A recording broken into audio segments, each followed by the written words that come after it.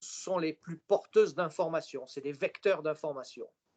Et puis il y avait une autre raison aussi qui était un petit peu moins formulée chez moi, c'est que j'ai toujours pensé que ces rencontres n'étaient pas considérées comme il le fallait. Alors certes, elles sont un peu plus extraordinaires à l'extrémité de la classification INEC, Mhm. mais je pensais qu'il y avait quelque chose derrière, quelque chose d'autre qu'on ne voyait pas. Voilà. D'accord. Je me posais la question, pourquoi se produisent-elles et pourquoi se produisent-elles comme ça? Voilà. Donc j'ai passé beaucoup de temps à travailler là-dessus. Et alors, pour en venir maintenant au problème des caractéristiques, dans ce travail sur l'information, ce que l'on cherche prioritairement, ce n'est pas un cas extraordinaire. On le prend, bien sûr, s'il est avéré, on le prend, il n'y a pas de souci. Mais Mhm. ce que l'on cherche, c'est des données récurrentes. Et c'est systématique. Seule la C'est ce qui récurrence des revient. données permet d'avoir une approche un petit peu plus, disons, quantifiable et, D'accord. qui ait du sens surtout. Donc, quand on fait comme ça, vous vous apercevez au fil du temps qu'un certain nombre d'anomalies contenues dans tous les rapports finissent par revenir sans cesse. Alors, ces anomalies, quand elles reviennent de manière statistiquement pertinente, je dirais, eh bien, Oui. ça devient des caractéristiques. En fait, une caractéristique, c'est une anomalie qui a réussi. Alors, pour donner un exemple, il y en a 8. Hein, on est à 8 pour l'instant. Ça, c'est un travail de chercheur. Ce n'est pas toujours bien connu du grand public. C'est pour ça que je commets un livre de temps en temps, d'ailleurs, pour essayer de le faire passer, de Et l'expliquer. c'est pour ça aussi qu'on a cette interview, hein, pour Oui, faire oui, connaître oui, justement oui, oui. ces aspects. Hein. Donc, il y a 8 caractéristiques à l'heure actuelle, ce qui peut être considéré comme tel en tout cas, et c'est le taux statistique, même s'il est variable, qui les définit. Vous avez des taux qui sont quasiment à 100%, d'autres qui sont moindres, mais voilà. Alors, pour bien fixer les idées, il existe à côté de ça un tas d'anomalies, mais qui sont, par exemple, on va prendre pour exemple l'effet téléobjectif dont on parle parfois, qui consiste à avoir quelque chose qui est à 500 mètres, comme si vous l'aviez sous le nez, ce qui est une absurdité, enfin, ce qui paraît être une absurdité qui est totalement Oui. impossible. Alors, qu'est-ce que ça représente exactement en termes de cas? Là, actuellement, j'ai essayé de chiffrer, il y a un petit peu moins de 10 cas dans le monde depuis le début, ce qui doit faire 0,001%. Ouais, voilà, quoi. Alors, c'est intéressant, hein, c'est très intéressant, mais ça reste une anomalie. Voilà. D'accord. Caractéristiques, vous avez des caractéristiques qui sont quasiment à 100%. Voilà la différence entre les deux. Donc la huitième caractéristique, alors il faut savoir que chaque caractéristique est aussi une clé, parce qu'il y a un très Ok. fort niveau de cohérence entre elles, et chacune est une clé qui peut un peu déverrouiller votre propre système de représentation, en fait votre propre grille de lecture. D'accord. Voilà. Et tout ça est en liaison avec certains propos tenus par Aimé Michel, dont on constate tous les jours, moi c'est tous les jours que je constate à quel point il a dit vrai, il a dit juste, c'est normal, c'est le meilleur penseur qu'on ait jamais eu. On ne Donc, peut pas penser l'OVNI. Non, oui, non, on ne peut pas c'est ça, oui, définir oui, l'OVNI parce qu'on ne peut pas le penser. c'est ça. On ne peut pas C'est ça. comprendre l'OVNI parce qu'on ne peut pas le penser. D'accord. Essayez de penser Valençol et puis vous allez voir, vous apercevrez au bout d'un moment que vous ne faites que reformuler sous d'autres termes le témoignage tel qu'il nous est parvenu finalement. Mais penser Valençol, c'est quelque chose non seulement de très risqué, mais parce que c'est quasiment impossible. Or, la caractéristique a pour effet d'élargir un petit peu votre champ de vision. Il ne faut pas non plus exagérer, mais elle Mhm. élargit quand même le champ de vision. Donc, pour ça, c'est intéressant. Et la huitième caractéristique est très particulière parce que c'est la seule sur laquelle on n'est jamais tenté, enfin, on n'a jamais réussi, plus exactement, à mettre un taux statistique dessus. J'ai moi-même essayé par deux fois. J'ai fait comme les copains, hein, j'ai échoué. Ça paraît impossible. Et en plus, il faut savoir qu'il y a dessus un biais cognitif dans le milieu ufologique généralisé, principalement à cause de sa dangerosité, mais aussi parce qu'elle vient frapper de plein fouet nos propres représentations mentales. D'accord. Et on avait parlé de ces biais cognitifs justement lorsqu'on s'est Ouais, entretenu longuement ensemble déjà. Et donc cette dangerosité, ensuite on y reviendra. C'est une notion sur ouais, laquelle j'aimerais qu'on puisse aussi revenir ensuite. oui, bien sûr, Ouais, bien sûr. ouais. Et donc cette fonction du mimétisme, cette dimension spéculaire de Oui, l'italien spec, c'est ça, hein, c'est qui veut ça, dire miroir. miroir. Miroir, Ouais, oui, oui. Donc, on pourrait dire c'est une dimension en miroir de qui, de quoi? Ben, de nous-mêmes. de nous-mêmes. De nous-mêmes, ce qui est évidemment très, très, très dérangeant et ce qui est dangereux parce qu'on voit très bien qui peut s'emparer de ça et pourquoi en faire. Hein. D'ailleurs, C'était ils déjà l'ont fait. fait tout de suite. Oui, Donc, voilà. Donc, mais moi, je pense depuis le début que cette dimension est une clé fondamentale pour essayer d'avancer dans la compréhension de ce phénomène. Et c'est pour ça que je m'y suis collé il y a presque 50 ans. Hein. J'ai travaillé sur le mimétisme, j'ai travaillé sur cet effet miroir très particulier. Alors, il faut savoir que lui non plus, on n'arrive pas à le chiffrer. Ce qui fait que vous avez des chercheurs, moi je connais des chercheurs qui sont dessus depuis 50 ans aussi, et ils tiennent des positions assez opposées. Certains vous disent, moi je pense que c'est quasiment à 100%. Quoi. Montrez-moi ce qui n'est pas un effet miroir dans cette histoire. d'accord. Et d'autres qui, D'autres disent non, non, non, non, hmm, non. On ne sait pas comment le chiffrer, mais quand même, c'est pas à ce point-là.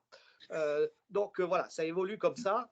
et peut-être que c'est par rapport à ces, justement, à ces biais cognitifs aussi. C'est peut-être la raison Oui, qui oui, fait oui, que, oui. on- C'est-à-dire que ça heurte de plein fouet nos propres représentations mentales classiques, je dirais, traditionnelles. Hein. d'accord. Alors, c'est sûr que dans les années 50, c'était totalement irrecevable.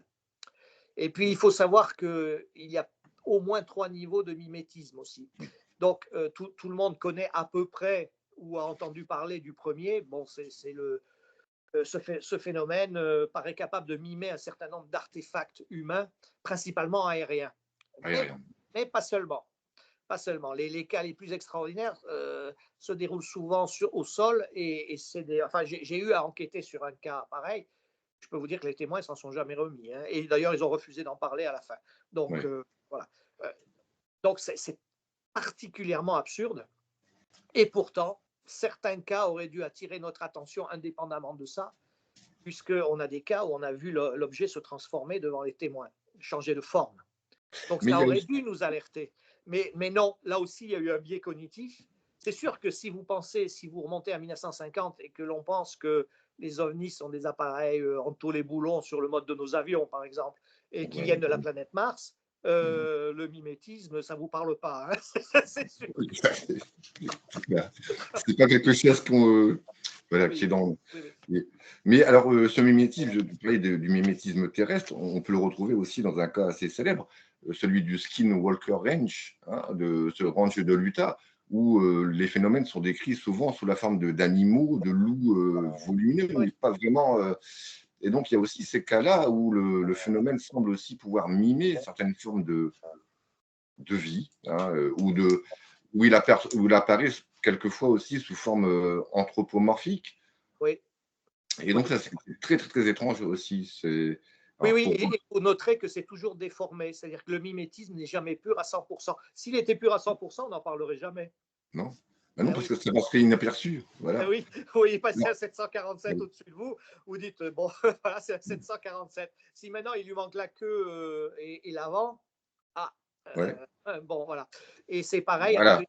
Oui, Oui, c'est même pour l'aspect anthropomorphique, on pourrait dire. oui, Jamais on définit des rencontres vraiment avec des êtres qui paraissent totalement humains. On va nous décrire des petits êtres avec des grosses têtes ou alors des grands êtres avec des cheveux blonds. Enfin, vous voyez ce que je veux dire. oui, oui, oui, oui, bien sûr, bien sûr. Là, on est dans la troisième caractéristique qui est le cadre protéiforme.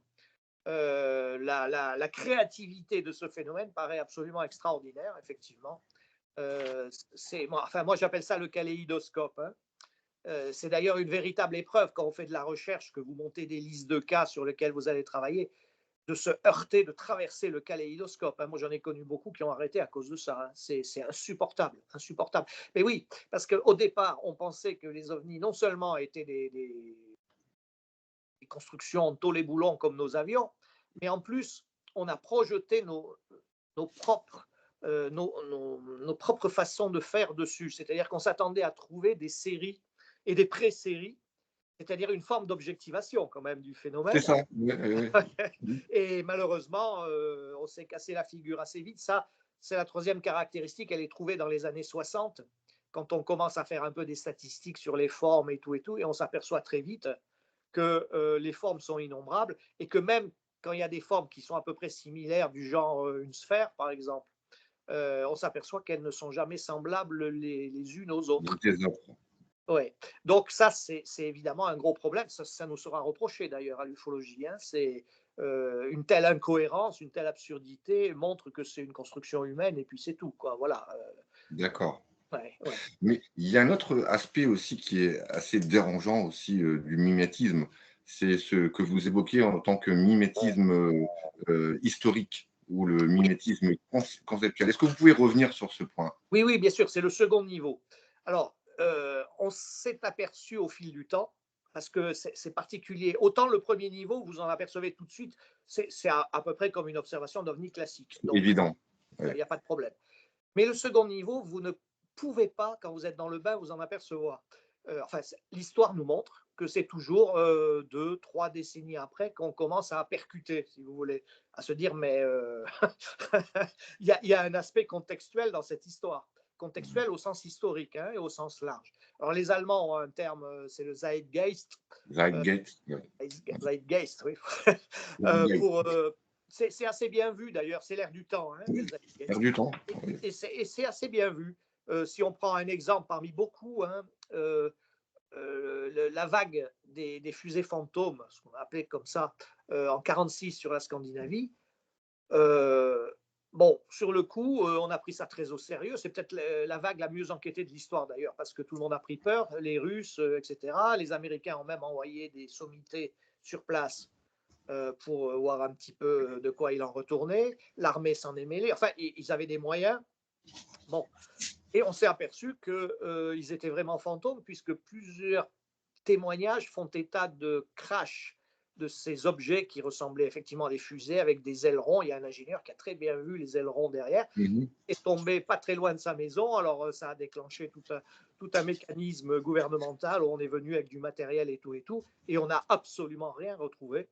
Il y a un Alors, programme en ce moment en Norvège qui tente de récupérer un de ces supposés objets dans un lac, oui, oui, oui, justement. oui, oui, oui, absolument. Mais le cas dont je parle, c'est un ingénieur qui l'a vu tomber dans un lac qui avait 2 ans devant sa maison, mais le lac, il faisait 1 mètre de profondeur.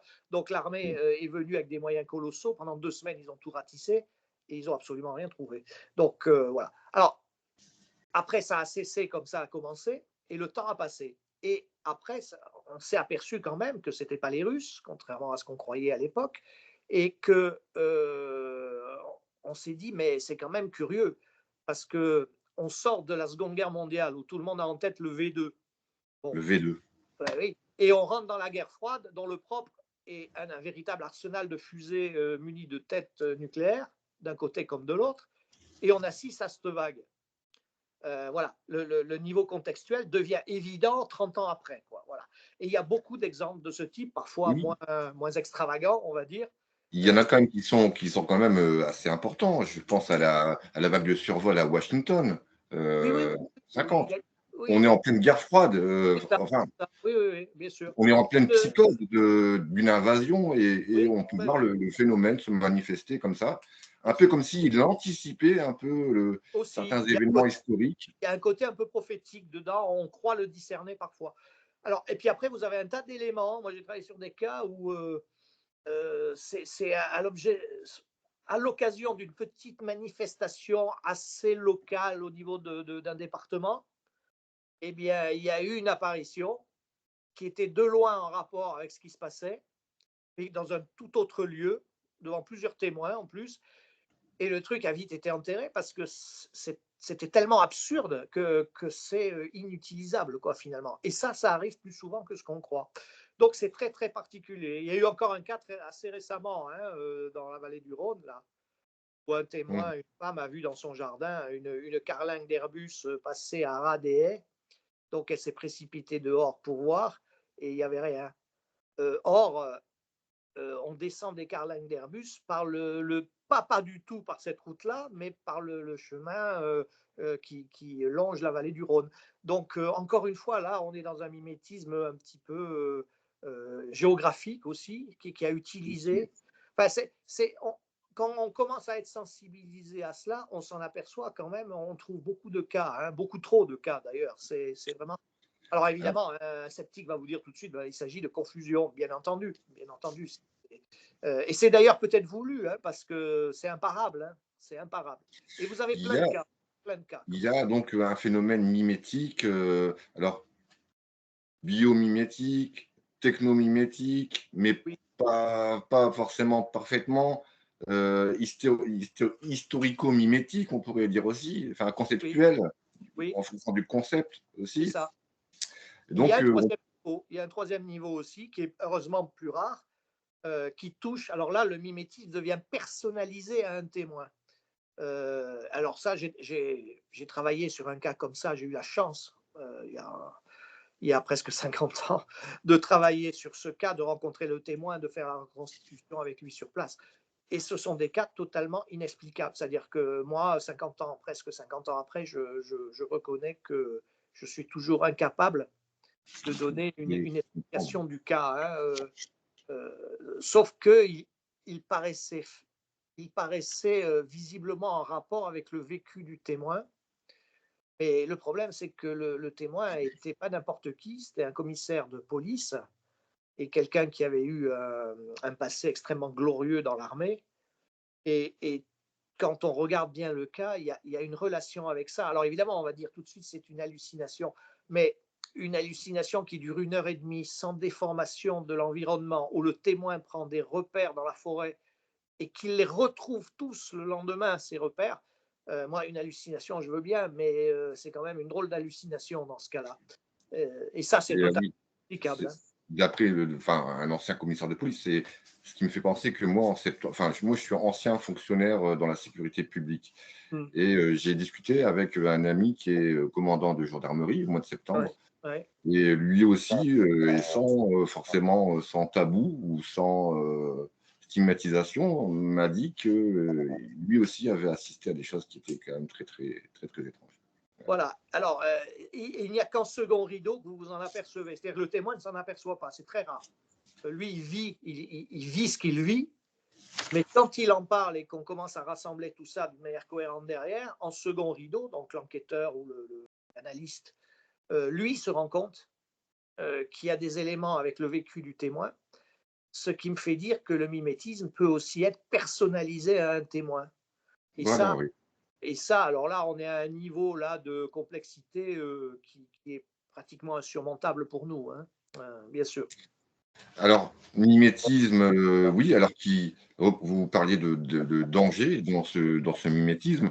Alors, on va revenir peut-être à l'actualité ou le phénomène OVNI ou des plans, hein, est évoqué en raison de problèmes de sécurité nationale, en raison de vidéos qui ont fuité en 2017 hein, dans le New York Times, où on peut voir 3 objets hein, qui semblent pas être de conception soit américaine ou alors d'un pays, comment dire, ennemi ou allié, et avec des témoignages aussi d'opérateurs et de pilotes hein, qui témoignent d'objets avec des caractéristiques assez incroyables, des objets qui, apparemment physiques, parce qu'on a aussi des traces au niveau des radars et aussi des clichés, hein, donc des traces avec des capteurs thermiques maintenant, parce qu'on a beaucoup développé des capacités dans les capteurs au niveau militaire, Oui, avec des objets qui semblent défier les appareils conventionnels, on va dire,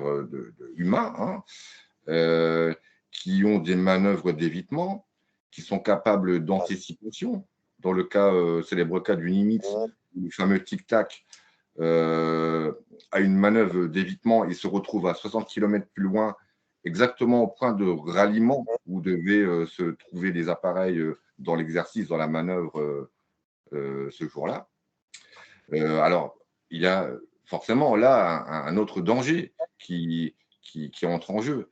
C'est-à-dire peut-être que ces objets ou cette intelligence qui se cache derrière pourrait aussi mimer aussi une caractéristique militaire chez nous. oui, oui, oui, oui. Alors d'abord, la première chose que je dirais, c'est que ce n'est pas nouveau. C'est nouveau parce qu'on en parle sur YouTube, parce qu'il y a eu une vidéo. Là, c'est vrai que la progression dans les moyens optiques, notamment, peut permettre ça. Elle va peut-être le permettre de plus en plus, hein. Mais ce n'est pas nouveau du tout. Hein. On a ça depuis le début des années 50. Ces soucis sur le plan militaire d'interprétation, on les a depuis les années 50 aussi, et ça ne change absolument pas. Ces comportements physiques hors normes, c'est là depuis le début aussi. Il faut avoir vu ça une fois dans sa vie pour bien comprendre de quoi il s'agit, ce qui m'est arrivé une fois seulement en avril 75.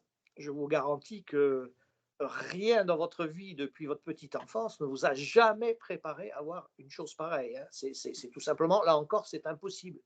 Euh, des appareils qui font enfin des appareils, oui, des formes qui font des angles droits ou des angles à 45 degrés à 8000 km/h, c'est impossible pour nos lois physiques. Et s'il y avait quoi que ce soit de vivant à l'intérieur, ce serait mort instantanément. Donc, et pourtant, j'ai vu ça. et j'ai vu ça par 2 fois parce qu'il y avait 2 groupes qui sont passés successivement. Avec un curieux rapport entre eux, mais qui est très difficile à définir.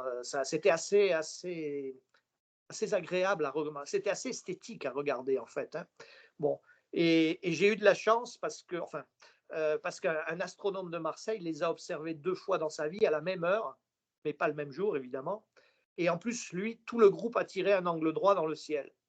Et il dit lui-même, ce que j'ai vu est totalement impossible. Et pourtant, mon père était avec moi et je l'ai vu. Donc, voilà.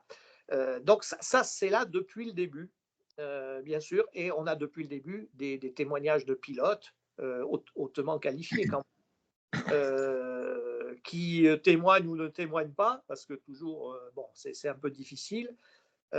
J'ai travaillé sur un cas, je crois que c'est 64 aux États-Unis, où un gros quadrimoteur, non, c'est même, je crois même qu'il y avait 8 moteurs à hélice, incroyablement équipé sur le plan optique pour l'époque. En plus, tout le personnel à l'intérieur avait ce qui se faisait de mieux en appareil photo portable. A été suivi par un ovni avec une forme sous coupe brillante, classique, très bien vue. Ils ont fait des centaines de photos, des centaines de photos. Et à l'arrivée au sol, ils ont été immédiatement pris par les autorités et tout a été mais comme alors, plus récemment dans l'actualité, on a eu un témoignage de l'amiral Gallaudet. L'amiral Gallaudet, c'est l'ex-surintendant à l'Observatoire naval américain, l'USNO, qui, lors de, justement, il y a une convention, un symposium qui s'est déroulé à l'université de Stanford, peu après justement l'Eco Event de la Sorbonne. Et c'est vraiment quand même chouette de voir que 2 aussi grosses universités prennent le temps de réunir autant d'experts afin de se pencher sur ce sujet qui est souvent relégué au rang d'absurdité ou de fantaisie. Alors, cet amiral, cet ex-amiral Gallaudet, dit qu'il a vu sur un réseau confidentiel de la Navy cette vidéo qu'on appelle Go Fast maintenant, qui a été dévoilée dans le New York Times, et que ça l'a conforté qu'on n'était pas seul. Non seulement il dit ça, mais il dit qu'il a rencontré des gens qui supervisent la récupération de certains de ces objets. Oui. Oui, alors c'est quelque chose qui arrive presque tous les jours des États-Unis en ce moment. J'en ai même discuté avec Jacques Vallée. Alors, pour Jacques, il dit, lui, d'après ses sources, il y aurait aux États-Unis, dans des services officiels et dans des services privés aussi, notamment des firmes aéronautiques du genre Lockheed, il y aurait une douzaine de ce qu'on pourrait appeler des exofacts. On ne peut pas appeler ça des artefacts. Donc des exofacts. On en parlait de ça, oui, exofact. Je pense que c'est un terme qui convient. Mais, oui, ça convient. Donc, il y en aurait une douzaine. Voilà. Alors après, il y a d'autres rumeurs qui circulent, mais ça circule depuis longtemps, il faut dire aussi. Donc, il faut faire attention. Et moi, je lui ai posé la question directement. J'ai dit, mais Jacques, est-ce que vous avez vu une photo? Est-ce que vous avez, par exemple, une analyse même partielle, un résultat d'analyse même partielle à filtrer et il m'a dit non. Alors, est-ce qu'il est tenu au secret lui aussi? Je ne sais pas. Mais voilà. Alors, je lui ai dit, mais oui, ça porte un nom. Pour l'instant, ce sont des rumeurs. Bon. Mais des rumeurs quand même qui circulent au niveau gouvernemental avec des. Donc, c'est pas rien. C'est pas rien. C'est un peu plus fort qu'avant. il y a une Voilà. personne qui s'appelle Daniel Dean Johnson qui a fait une requête, ce qu'on appelle le Freedom of Information Act, c'est-à-dire qu'on peut demander des documents, et qui a récupéré un document du groupe de l'état-major américain qui aurait ordonné la création justement d'un programme de rétro-ingénierie des PAN sous la conduite du fameux bureau de l'ARO, Bureau de résolution des anomalies tout domaine, pour traduire en français. Mmh. Et donc, l'ARO qui a rendu son fameux rapport historique, volume 1, qui traite des cas des PAN des années 40 jusqu'à maintenant. Ouais, ouais, ouais. Ce rapport dit qu'en fait, non, il n'y a rien qui Il y a puisse des faire confusions.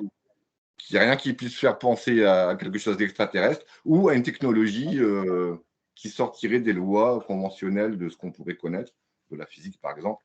Mais on retrouve ce document qui a été demandé par M. Johnson, où on peut voir un document très officiel, où on peut voir que un groupe de l'état-major américain ordonne la création d'un programme de rétro-ingénierie des PAN, sous la conduite de l'ARO, qui prétend n'avoir Oui, c'est de curieux. données de. Non, mais tout Donc, ça, c'est l'enfumage parce que on sait que les ovnis ont cette capacité de déplacement hors norme en violation de nos lois physiques et on le sait depuis le début. Depuis le début. Donc, quand je dis le début, c'est le début médiatique. Mais il y a c'est pas le début de l'ufologie, enfin des apparitions ovnis, hein, ça remonte beaucoup plus loin. Mais à partir de 47, on commence à en parler vraiment au niveau gouvernemental. Avant, bon, mais les performances sont là. C'est même la première caractéristique, c'est la signature du phénomène ovni. ouais, ouais, c'est ça. Bah, justement, oui. Donc, Oui. voilà. Et on a plus récemment, et ça on pourra le voir dans notre site internet où on relaye les informations, quelquefois même en temps réel, le témoignage d'un ex-officier des renseignements du Royaume-Uni Mmh. qui témoigne euh, avoir reçu comment dire, d'un collègue un autre témoignage qui prétend que le Royaume-Uni a aussi un programme de récupération de ces engins, mais aussi des êtres, des Oui, des pilotes êtres biologiques. Non, oui, oui. qui habiteraient qui contrôleraient ou qui piloteraient ces engins. Oui, oui, ce sont des rumeurs qui courent, mais depuis longtemps. Hein, il ne faut pas s'imaginer que ça vient. Enfin, ça sort des fois aujourd'hui dans une espèce de dynamique, mais Oui, on entend ça depuis, depuis 47, hein, quasiment. D'ailleurs, Roswell, par exemple, si on veut parler de crash, ça remonte à 47, oui, c'est ça. semaine après l'affaire Kenneth Arnold au Mont-Rainier. Donc voilà, c'est très ancien. Il manque juste les preuves. Alors, tout ça, oui, alors voilà, ce qui nous manque, c'est juste les preuves. Apparemment, certains les ont, apparemment, enfin, en ce moment, au Congrès américain, c'est aussi une certaine, on va dire, il y a une certaine ébullition par rapport à Oui. cette question. Justement, Mm, mm. certains représentants auraient vu des choses, mais ils sont encore tenus au secret. Ouais. Donc, peut-être que ça se dévoile sous l'aspect de briefing privé. Oui, oui, oui. Mm. Donc, mais pour revenir au mimétisme, alors, un phénomène qui semble à la fois nous étudier, nous observer aussi, alors qui semble aussi étudier notre technologie, parce qu'on peut voir que le phénomène est très proche, par exemple, de tout ce qui est des complexes nucléaires, à la fois Ah oui, civils et militaires, qui semble aussi étudier notre biologie. Bon, on va revenir à votre domaine, les rencontres du troisième type et après mm. les abductions où beaucoup de témoins ont déclaré avoir subi on va dire, des expérimentations sur leur corps ou sur eux-mêmes. Oui, oui, effectivement, oui.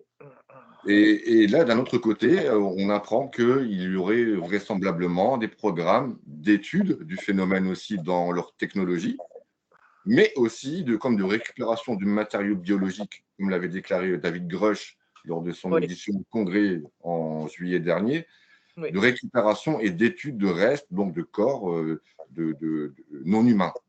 Donc, c'est quand même assez, moi, quand je m'interroge avec tout ce qui vient d'être dit, là, on retrouve aussi une forme de mimétisme. C'est-à-dire que d'un côté, nous essayons d'étudier une technologie et une biologie exogène, et d'un autre côté, cette technologie tenterait aussi d'étudier notre technologie et aussi nos caractéristiques biologiques. Alors oui, c'est une très vaste question. Pour rien vous cacher, je suis un peu en retrait là-dessus parce que, d'une part, je pense que cette intelligence nous connaît très bien et peut-être mieux que nous-mêmes Moi aussi.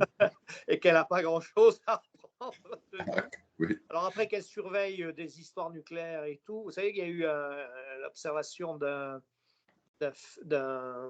oui, d'un ovni sous forme cigaroïde avec deux phares au bout en Ukraine et oui, qui a été filmé. Hein. Voilà. Donc, ça, on sait que beaucoup l'ont relevé, hein, à commencer par Jean-Jacques Velasco, d'ailleurs, l'ancien président du CEPRA. Bon, il a dit, bon, il y a quand même, là aussi, on est dans la redondance, dans la récurrence. Il y a une récurrence autour des sites nucléaires, apparemment, voilà, avec des fois des interventions assez actives. Ça s'est passé aux États-Unis, ça s'est passé en Russie également, dans l'ex-URSS, où il y a deux, trois gros cas comme ça, qui ne sont pas très connus, mais qui sont quand même impressionnants, avec des dizaines et des dizaines de témoins militaires. Donc, bon, ça, c'est pas nouveau non plus, hein, ça date des années 80. Donc, voilà, c'est depuis très longtemps. Après, on est toujours dans le problème de la preuve. Et puis, il faut toujours garder à l'esprit ce qu'a dit Aimé Michel. Hein, quand il parle d'hyperphysique, oui, euh, il entend par là, lui, sa pensée est, comment dire, elle est évolutive, c'est au sens de l'évolution. Il dit une hyperphysique capable de ça, d'apparaître et de disparaître dans notre environnement. Parce que là aussi, on se heurte très vite aux représentations mentales. Hein. En oui, 1950, oui, les ovnis venaient de Mars, les soucoupes volantes plutôt, pardon, venaient de Mars. En 1970, les ovnis donc, venaient de Titan et Ganymède, des lunes de Saturne et Jupiter, et aujourd'hui ils viennent de l'espace profond. Sauf qu'il suffit de lire 300-400 cas de rencontres rapprochées dans la foulée et de prendre en compte certaines données qui sont là et qu'on ne peut pas contourner pour savoir que les ovnis ne viennent aucunement de l'espace profond. Donc, et Alors, tout ça, il y a la nouvelle hypothèse, notamment qui a été mise en évidence par les témoignages de ce fameux amiral Galaudet, hum, qui parle en fait d'une récurrence du phénomène au niveau des océans, donc, ouais, et des grands lacs. Donc, en émettant peut-être cette hypothèse qu'ils ne viennent ni de Mars, ni de Vénus, ni de la Lune, ni de l'espace profond, hum. mais que peut-être il pourrait venir justement de cet espace qu'on connaît très mal, hein, ou peut-être moins bien que la surface de Mars ou de la Lune. Pour des océans, vous voulez dire. Ouais, Ouais. Alors ça, c'est une vieille histoire aussi, hein, elle n'est pas récente du tout. Et d'ailleurs, elle revient à la mode en ce moment. Il y a un article voilà. qui vient d'être publié par Jocelyn Morrison où il fait état de ça. Et quand Jocelyn Morrison fait état de quelque chose, c'est qu'il est au carrefour de beaucoup de choses. Donc, il y a beaucoup de choses qui lui reviennent. Voilà, il y a ça. Après, dans l'esprit d'Aimé Michel, c'est autre chose. C'est une hyperphysique, c'est nécessairement quelque chose qui a une avance inimaginable sur nous-mêmes, qui est une avance incommensurable. 1 million d'années, c'est une goutte d'eau hein, à l'échelle du temps universel. Mais il est évident, on peut facilement projeter qu'une intelligence ayant une avance d'1 million d'années enfin, oui, d'avance sur nous dans l'évolution euh, est, est, capable de, enfin, se trouve dans une autre ontologie. Voilà, une ontologie qu'on ne peut absolument pas penser nous-mêmes. Ce qui fait que, évidemment, quand des anomalies ressortent, comme celle dite du téléobjectif tout à l'heure dont je Ouais. parlais, ça paraît totalement impossible, absurde pour nous. Comment voulez-vous voir à 1,5 km des détails comme si vous aviez le nez dessus? Et pourtant, on a vu ça plusieurs fois, très souvent. Et il y en a d'autres, hein, il y a des trucs pires encore. Hein. Le coup de l'effet cathédrale, ça, il est bien celui-là aussi. J'avais noté un cas que vous avez étudié. Je pense que c'était Oui, le cas de Bon Soleil ou de Beau au Soleil. soleil, au-dessus de Beau Monaco. Soleil, où alors 100 à 150 personnes assistent à une représentation théâtrale, de théâtre. Oui, oui, oui. Et d'un seul coup, ils pensent être témoins un peu de fête foraine, hein, avec Ah, des. les témoins, quand ils arrivent par derrière. Oui, Ouais. oui. Ils ont pensé Et, à oui, oui, une et animation de on, fête. Oui, et on voit comme dans une espèce de bulle. Oui, de bulle de oui, verre ovoïde, c'est ça, c'est ça. ovoïde, deux êtres à l'intérieur qui semblent être aussi intéressés par la pièce de théâtre C'est ça, oui, oui. aussi, et qui, après on sait, bon, après que l'engin ou l'exofact hein, s'en va à une vitesse inimaginable, comme dans le. Dès qu'ils appellent les témoins, enfin les 200 personnes qui tournent le dos finalement, dès qu'ils les appellent pour leur faire, ils s'en sont approchés très près en plus. Mais là, C'est parti à une vitesse parce que inimaginable. moi, Oui, moi, oui, je sais que vous abordez le phénomène sous l'aspect de l'historien. Et c'est quelque ouais. chose qui est quand même assez compliqué si on se rapporte au métier de l'historien. Alors moi, vous connaissez un petit peu mes travaux, je prends le phénomène un peu sous le biais du sémiologue. La sémiologie, c'est un peu l'étude des signes. Hein. Ah oui, Et, donc, alors moi, en tant que sémiologue, quand je vous entends parler de ce cas-là, je trouve ça extrêmement intéressant. De par à la fois le contexte, hein, le théâtre, hein, alors symboliquement, qu'est-ce qu'une représentation théâtrale? Et de oui. voir que ces êtres montrent qu'ils sont intéressés par ce genre de représentation, est-ce qu'ils ne sont pas eux-mêmes là en train de se mettre eux-mêmes en représentation? Est-ce que tout ça, ce ne serait pas quelque part pour eux aussi du théâtre? Il y a une dimension comme ça, un peu, on va dire, où le phénomène est joueur, où le phénomène est Oui, oui, ça, c'est trompeur ludique. aussi, C'est ou ludique. ludique, et Oui, oui. trompeur. Et on avait vu que cette caractéristique-là, c'était aussi celui de l'inconscient. Aussi, oui, bien sûr, bien sûr. Alors, ça va beaucoup plus loin, en fait, hein, parce que le cas de Beau Soleil, c'est juillet 1951. Par la suite, j'ai découvert qu'un an avant, un peu plus d'un an avant, à Vaux-en-Dieulet, dans les Ardennes, avait eu un cas très, pas exactement similaire, c'est rarement le cas, mais à peu près pareil. On a le même objet ovoïde Ouais. transparent avec un être genre bibendum à l'intérieur qui fixe les témoins. Là, il y a des dégâts sur l'environnement, sur l'enclos et il y a une trace au sol qui a été laissée, même si l'objet ne s'est pas posé. Et il Les est brûlures, oui. bon. Euh, alors, en fait, ces cas existent depuis le début, puisqu'on en trouve une quinzaine avant-guerre. Et il faudra attendre 1978 et un livre célèbre de Bertrand Meheust, Dans le sillage d'Aimé Michel, pour qu'il révèle ces cas. Philosophe, oui, Oui, un oui, philosophe et sociologue, oui, oui. sociologue. Et qui leur donne un nom, hein, les effets vitrines. Effet vitrine. Ouais. Et moi, dernièrement, j'ai fait, alors vous savez peut-être, en termes de recherche, un cas est divisé en trois. Tout simplement parce que ça correspond au déroulement du cas. Hein, c'est pas, Mhm. donc, vous avez la manière dont ça commence, à laquelle on ne fait jamais attention. Vous avez la partie centrale qu'on appelle la séquence. La Et séquence. vous avez la partie finale, comment ça se termine, qui concerne exclusivement les modalités de l'élusivité. Donc, la partie centrale, la séquence, l'idée a longtemps couru dans le milieu ufologique que la séquence principale, c'était la cueillette, la collecte de minéraux, de branches, de champignons, enfin de tout ce que vous voulez. Bon. Et d'ailleurs, je le pensais moi aussi, mais j'avais cette impression, disons. C'est pas que je le pensais, c'est que j'avais cette impression. Et curieusement, on n'a jamais fait des statistiques sur les séquences. Alors j'ai fini par les faire, je m'y suis collé, je les ai faites. Et curieusement, j'ai été le premier étonné.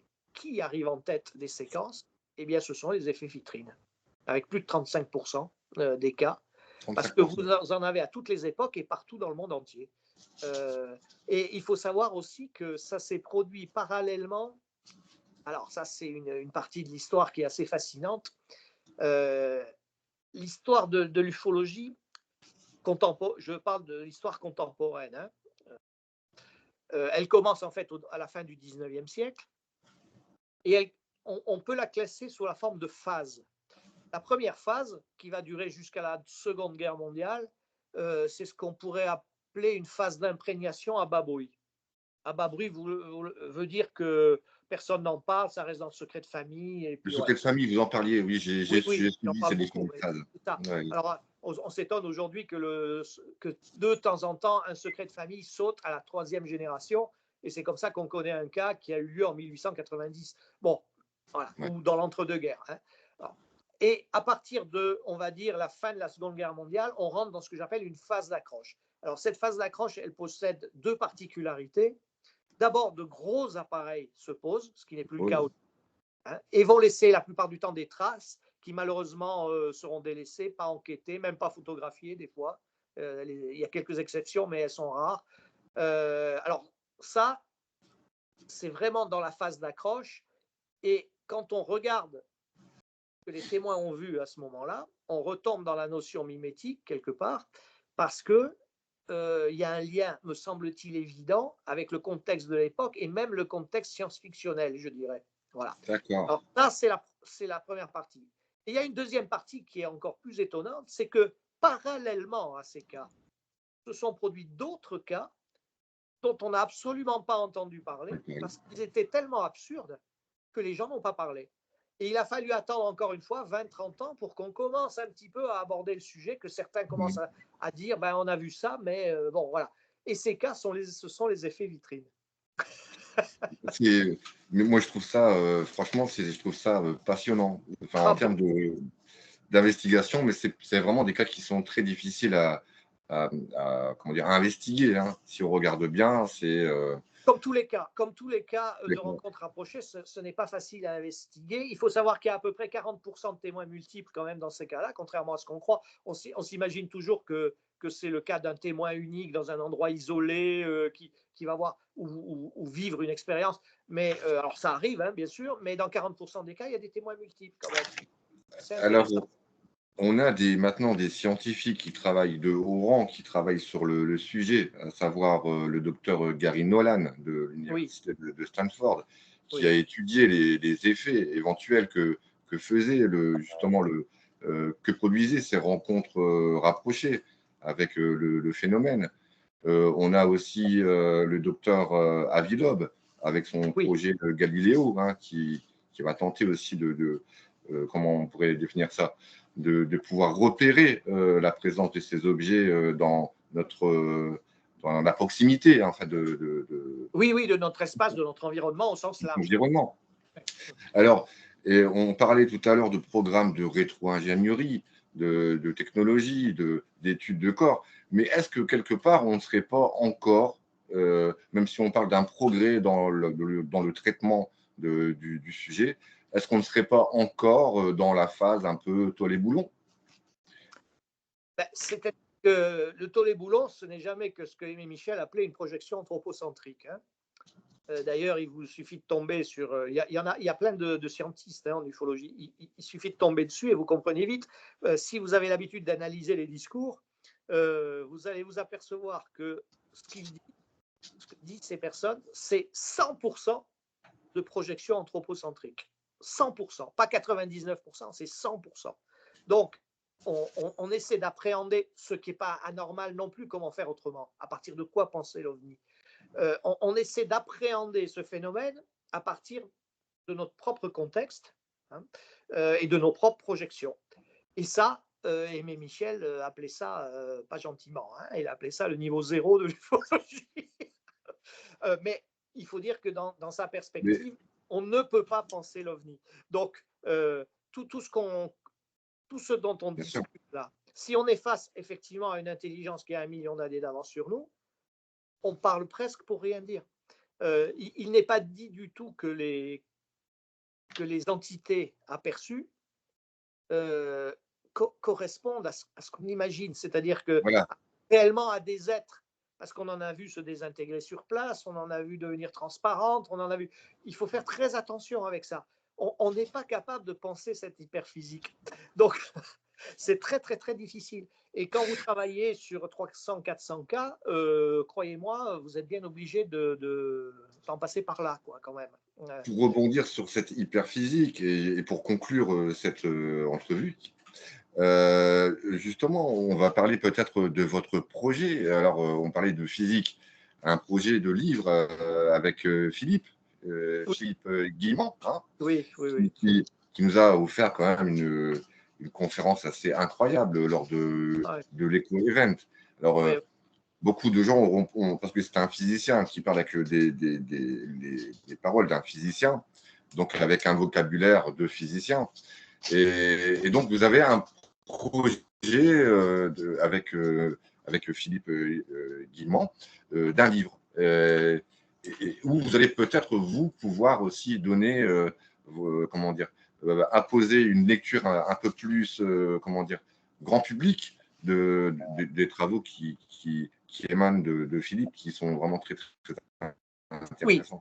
oui, oui. Alors, alors, si je devais définir ce projet, c'est de contrecarrer, ce qui est très osé quand même, la pensée d'Aimé Michel, disant qu'on ne peut pas comprendre l'OVNI parce qu'on ne peut pas le penser. C'est absolument impossible de penser une physique ayant 1 milliard d'années d'avance, ou 1 million d'années d'avance, pardon, sur nous. C'est pas possible. Or, Philippe Guillemot, pourquoi c'est pas possible? Parce que l'hyperintelligence qui a évolué au point de mettre au point cette hyperphysique, euh, dispose nécessairement d'une ontologie, c'est-à-dire d'une vision de ce qu'est la réalité de l'univers très, très, très différente de la nôtre, très avancée par rapport à nous. Or, Philippe Guillemot, ce qu'il y a d'intéressant chez lui, c'est qu'à partir des éléments actuels de la physique qu'il connaît très bien, parvient à mettre en place une ontologie différente, où il prend le risque de la pousser un peu plus loin, on va dire, et qui s'intéresse en plus au sujet des ovnis. Donc, il nous est venu cette idée, d'une part, comment dire, de restituer cette ontologie qui est pour lui le cœur de tout, mais sous une forme plus. On va le faire sous la forme d'un dialogue. Moi, je fais le naïf qui pose Ah des oui, tout questions. ça plus ludique. Oui. Voilà. Mais je le force quand même à préciser de manière la plus claire possible un certain nombre de concepts. Vous voyez, bon, voilà. Ça, c'est la première partie. D'accord. Et dans la deuxième partie, je lui présente une trentaine de cas avec des anomalies intéressantes. Et systématiquement, dans le cadre de cette ontologie, il va me dire ce qu'il en pense lui, comment il explique ça lui. Et je pense En que tant que ça physicien. a été fait Ouais. et que ce sera effectivement voilà, une sorte de petite rupture comme l'a été OVNI et Conscience, mais un peu plus fort encore. Voilà, oui, alors OVNI et conscience, alors si j'avais des livres à recommander sur le sujet, je pense qu'ils rentreraient peut-être allez, dans le top 10 parce que c'était vraiment. Alors, un livre, non, parce qu'il y a eu 2 tomes, il me semble. Je Non, sais non, pas. Non, il il y n'y a avait qu'un seul tome.